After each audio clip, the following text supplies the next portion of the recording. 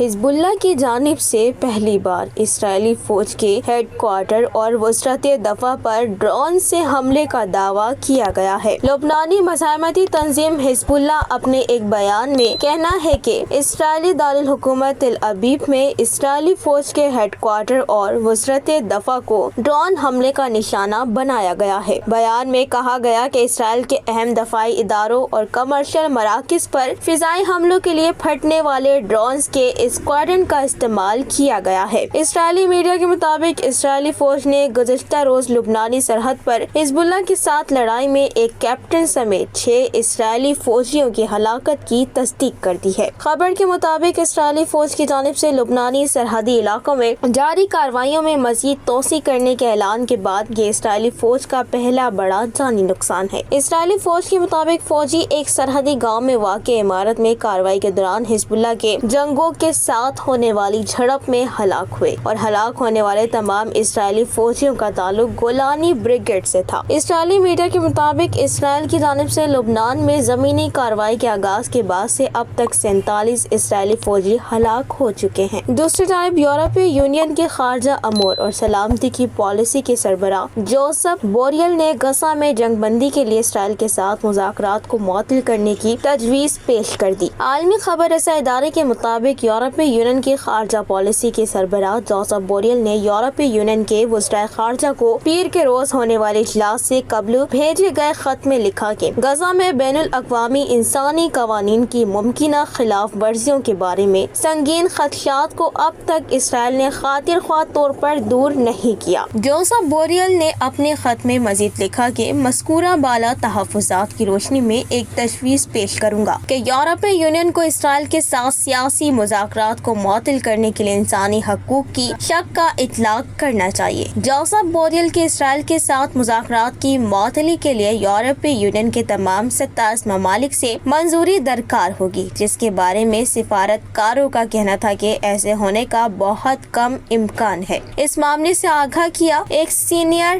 اہلکار نے نام نہ ظاہر کرنے کی شرط پر بتایا کہ جب برسلز میں سفیروں کو اس تجویز پر بریفنگ دی گئی تو 3 سفارت کاروں نے اختلاف کیا۔ سفارت کاروں میں سے ایک نے کہا کہ تجویز کے عملی ہونے اور اس کی تیاری میں نقائص کے بارے میں سفیروں میں حیرت تھی۔ ایک اور سفارت کار نے کہا کہ اس سے یورپی یونین پہلے سے زیادہ حصوں میں تقسیم ہو گئی۔ تاہم ایک سفارت کار نے کہا کہ جوزف بوریل کی تجویز کا مقصد جنگ میں اسرائیل کے طرز عمل کے بارے میں تشویش کا ایک مضبوط اشارہ بھیجنا ہے۔